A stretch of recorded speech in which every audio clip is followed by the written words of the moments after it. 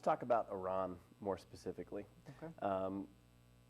It's my understanding that you're involved with a group that is doing some things around the Iranian situation in the community. Before you talk about that specifically, what do you do when you have somebody like, I'll probably mess up his name, but Ahmadinejad in power, and he ostensibly is running some kind of a repressive regime? People's human rights may be being compromised in the country, and he is openly threatening the United States in certain ways and the world community. How do we address this situation? Okay. Ahmadinejad is, you're right, a threatening man. We saw that with his recent visit and his speech at Columbia. How do we deal with a threatening tyrant like that? I think we need to discuss diplomacy with him. We need to talk about what is best for his country and what is best for our country, and can we reach some common ground. There was an interesting article in Esquire magazine last month interviewing a gentleman named Flint Everett and his wife. I believe her name was Lisa or Leslie Mann. And these were two correspondents with the White House and Iran for several years leading up to the present day.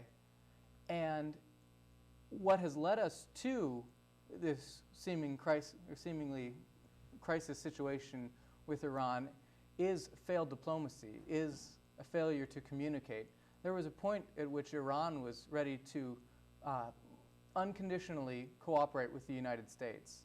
And we rejected them because they were harboring terrorists or aiding terrorist organizations. And I think that we would be best served in the future to not put out the Iranian government for supposedly aiding terrorist organizations. They're doing the same thing we're doing, in that they are doing what's best for their country. We need to realize that what's best for their country and what's best for our country aren't always directly oppositional. I think that through the diplomatic channels I keep harping on because I believe so firmly in them, we still have a pretty good chance of maintaining peace with Iran that doesn't need to involve giving in to everything they want, but that also means that we can't have everything we want. A compromise is viable, even this late in the game. And what are we doing as a community about Iran?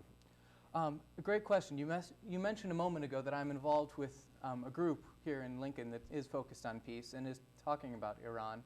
That is the Nebraska Coalition for Peace.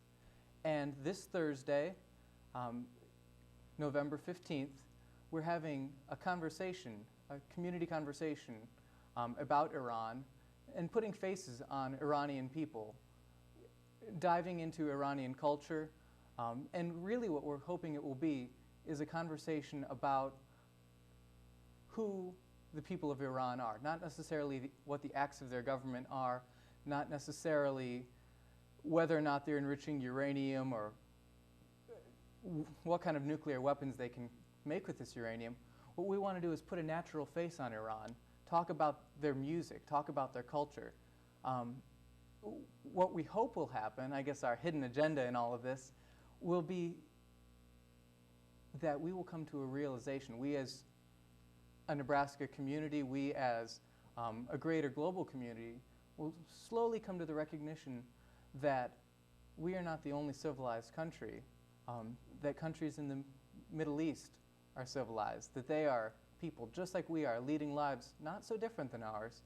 And while their daily situations are similar to ours, yeah, they have a different political situation, but that doesn't make them bad people. That doesn't make them the villainous people sometimes we think of when we think of people from the Middle East. You said it's on November 15th, which is Thursday. What time and where is it going to be? 7 o'clock at the Metal Art Coffee Shop. All right. It's going to be a really great time. We have some Iranian American citizens there willing to talk about their experience with Iran, willing to give us firsthand accounts of Iranian culture. It's really going to be a neat time to just sit down and dispel a lot of myths, and to fellowship with our brothers and sisters from all over the world. Do you have to be an anti-war activist to attend this event? No. In fact, I would suggest that people who are anti-war, people who are pro-war, people who are interested in the United States-Iranian problem right now, all come out and bring your questions. There will be short presentations. There will be discussions on culture and music, but also at the same time, this is really about a dialogue, opening the channels between the cultures and learning about one another, learning why it is that Iranian people do the things they do, learning about every aspect of Iranian life. Any questions? I mean, there is no really bad question here. So essentially, this is based on this diplomatic approach that you wish that we would take more often in the world community. You got it. And this is really a grassroots approach to that diplomatic relationship. If our governments aren't talking, at least our people can. That's right. That's a good line. Maybe we'll play that again when we run this tape.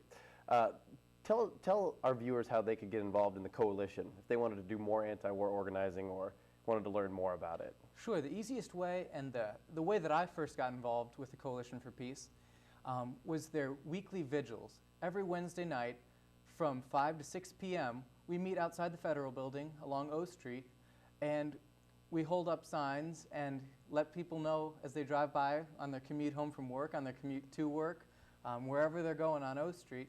We let them know that we are against this war, that we love our troops and we want to see them. We want them here so we can spend time with them, and that this war has gone on long enough and we're ready to end it. From there, we meet every Saturday as well at 2:30 at the Crescent Moon Coffee Shop in the Haymarket to talk about what we're doing in the community to fight for peace, which sounds a little bit like a contradiction, but what we're doing to encourage peace in our community and across the country.